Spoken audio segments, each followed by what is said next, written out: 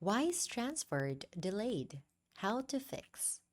Hi everyone, today I'll show you how to fix a wise transfer that's delayed.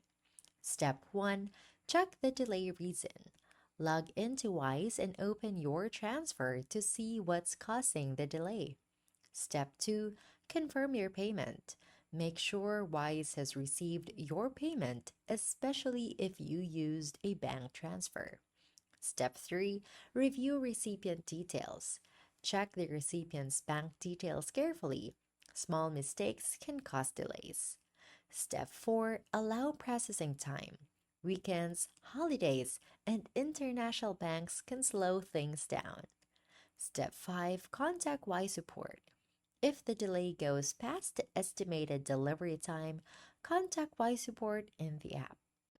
Tips: card payments are faster. Double check details before sending and keep notifications turned on. And that's it. You now know how to fix a delayed Wise transfer. Thanks for watching.